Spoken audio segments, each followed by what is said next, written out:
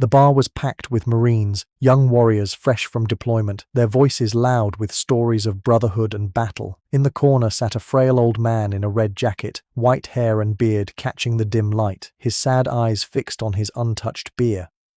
The biggest Marine in the room, a staff sergeant built like a tank, swaggered over and looked down at him with a smirk. "Hey, old-timer, you look lost. This is a Marine bar. What's your call sign?" The old man's lips barely moved as he whispered one word. "Maverick." The room went silent. Every Marine within earshot turned pale. The staff sergeant stumbled backward like he'd been shot. His name was James Mitchell, though nobody had called him that in decades. At 72 years old, he looked like any forgotten veteran you'd pass on the street without a second glance. The red jacket he wore every day was faded, the t-shirt underneath plain and worn. His face carried the weight of years, always serious, always touched with sadness that never quite left his eyes. He'd moved to this small town 6 months ago, seeking quiet after a lifetime of noise. He lived alone in a small apartment above a hardware store, kept to himself, spoke to almost no one. The young people in town saw him as just another old man. The few who noticed him at all assumed he was lonely, maybe poor, certainly insignificant. He never corrected them, he never explained, he simply existed in his silence, carrying memories too heavy to share. That Friday night, James had walked into O'Malley's bar for the first time. He'd heard it was where the local Marine Reserve unit gathered after their weekend drills. Something had pulled him there, some need he couldn't name. Maybe just to be near the familiar sound of military voices, the particular cadence of warrior speech. He'd ordered a beer and found a corner table, content to listen from the shadows. The young Marines were celebrating. Their unit had just been recognized for outstanding performance in a training exercise. The energy was electric, the pride palpable. James watched them with something like longing in his tired eyes. The staff sergeant, whose name was Dawson, had been drinking heavily. He was 28, powerfully built, with the confidence that came from being the biggest, strongest man in most rooms. He'd served 2 tours in Afghanistan, earned a Bronze Star, and commanded respect from the younger Marines. When he spotted the old man in the corner, something about the sight irritated him. This was their place, their night. What was some civilian old-timer doing here, looking sad and pathetic in his worn jacket? Dawson's buddies had egged him on, laughing, suggesting he find out what the old guy wanted. So Dawson had approached, his swagger exaggerated by alcohol, his voice loud enough for everyone to hear. "Seriously, Pops, you got a call sign? Or did you just wander in here looking for the bingo hall?" The other Marines laughed. James looked up slowly, his sad eyes meeting Dawson's for the first time. There was something in that gaze, something that should have warned the younger man, but Dawson was too drunk and too confident to notice. "I asked you a question, old man. What's your call sign?" James's voice, when he finally spoke, was barely audible, rough with disuse. "Maverick." The single word fell into the noise of the bar like a stone into still water. The ripples spread fast. The laughter died first. Then the conversations.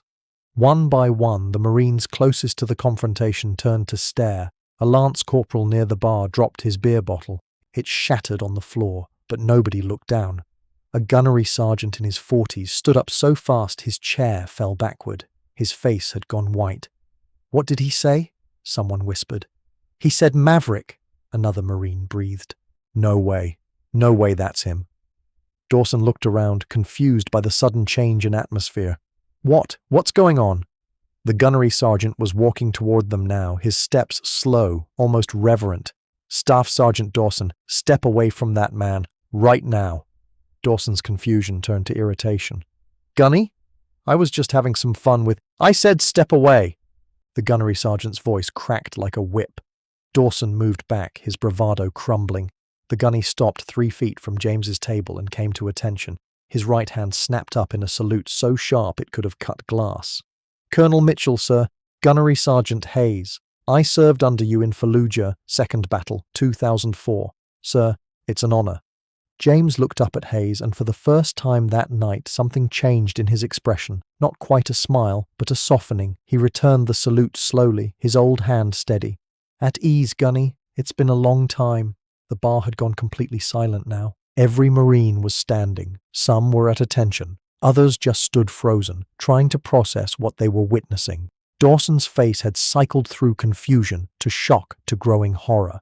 "Colonel," he managed. Hayes turned to address the room, his voice carrying. "This man is Colonel James Mitchell, call sign Maverick. He led the most decorated reconnaissance unit in Marine Corps history. 3 tours in Vietnam, 2 in Desert Storm, 2 in Iraq. He was at Khe Sanh. He was at Hue City. He led the advance team into Kuwait City. He was first through the door in Fallujah when the rest of us thought it was suicide." Hayes's voice was shaking now. "He has 2 Navy Crosses, 4 Silver Stars, and a Medal of Honor he never talks about. He saved my life and the lives of 16 other Marines when our convoy was ambushed. He carried 3 wounded men out of a burning vehicle under heavy fire, then went back for a 4th. James raised his hand slightly. "Gunny, that's enough!" But Hayes wasn't finished. "Sir, with respect, it's not enough. These young Marines need to know who you are. They need to know what you've done." He turned back to the room.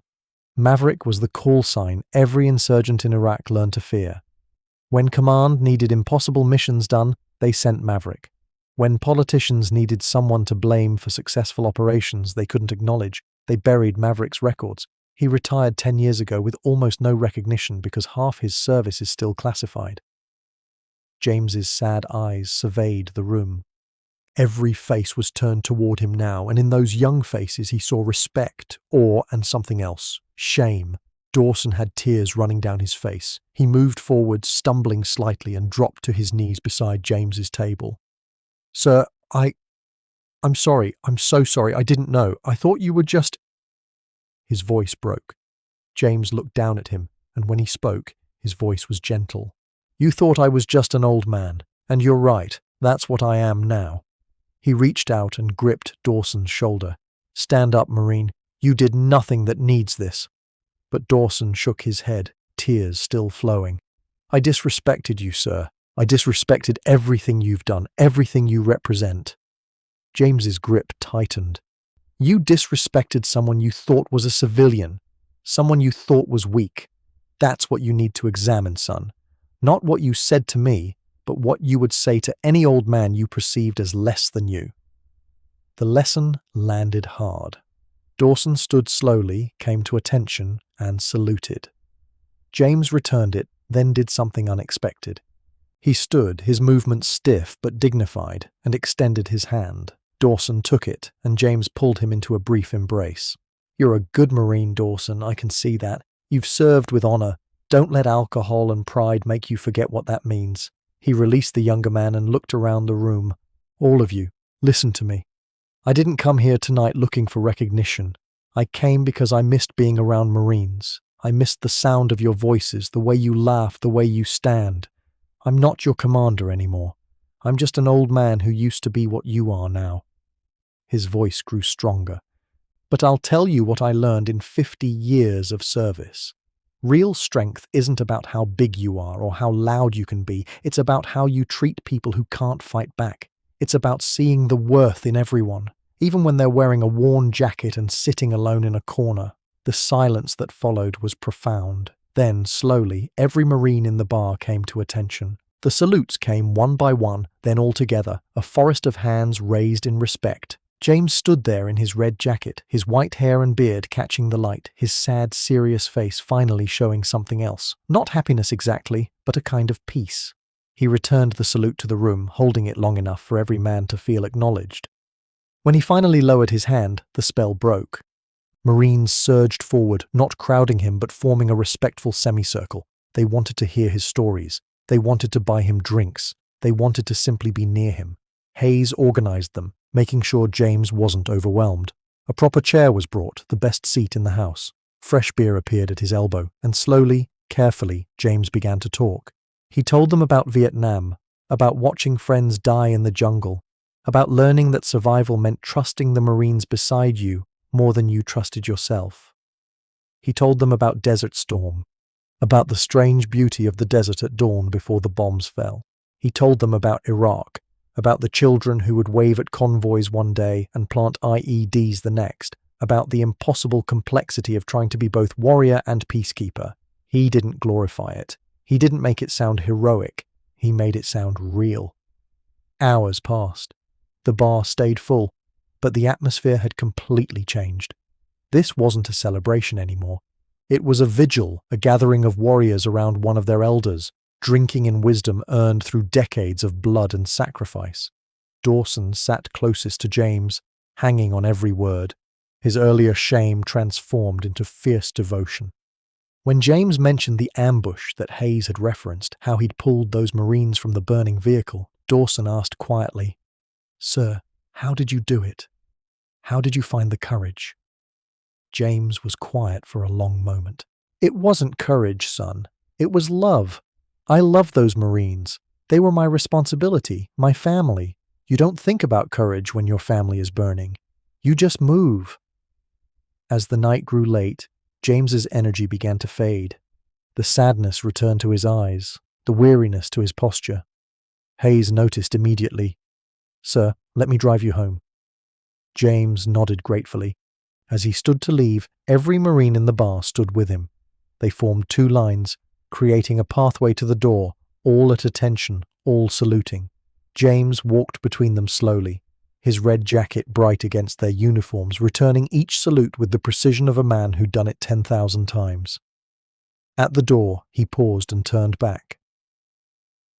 "Thank you," he said simply, "for reminding me why I served, for being the Marines I always believed you could be." The next morning, Dawson appeared at James's apartment. He was sober, clear-eyed, and carrying a large box. "Sir, I wanted to apologize again properly, and I wanted to ask if you'd consider something." Inside the box were papers, forms for James to become an honorary advisor to the reserve unit. "We need you, sir. These young Marines, they need to hear your stories, learn from your experience. And Dawson's voice caught. "I need to learn how to be the Marine you showed me I should be." James looked at the young staff sergeant, saw the genuine transformation in him, and felt something he hadn't felt in years. Purpose. "I'll think about it," he said, but Dawson could see the answer in his eyes. Within weeks, James became a fixture at the reserve center. He didn't wear a uniform anymore, just his red jacket and t-shirt, but the Marines treated him with a respect usually reserved for active generals. He taught classes on leadership, on combat decision-making, on maintaining humanity in inhuman situations. He sat with young Marines struggling with PTSD and shared his own battles with the darkness. He became what he'd always been meant to be, a teacher, a guide, a living reminder of what it meant to serve with honor. And Dawson became his most devoted student, transforming from an arrogant young warrior into a leader who understood that true strength came from lifting others up. The story of that night in O'Malley's bar spread through military circles. Other veterans, hearing about Colonel Maverick Mitchell, began reaching out. Some he'd served with, others who'd only heard legends. They came to visit, to share memories, to reconnect with a part of themselves they'd thought was lost. James's small apartment became a gathering place, a sanctuary for warriors trying to find their way in civilian life. And always, James welcomed them with the same quiet dignity, the same sad, serious expression that hid a heart still fully committed to his Marines, even decades after his last day in uniform. He remained that old man in the red jacket, but now everyone who saw him knew the truth. They knew that beneath the worn fabric and white hair lived a warrior whose legend would outlast them all, whose call sign would be whispered with reverence for generations. Maverick, the name that froze a room and changed everything.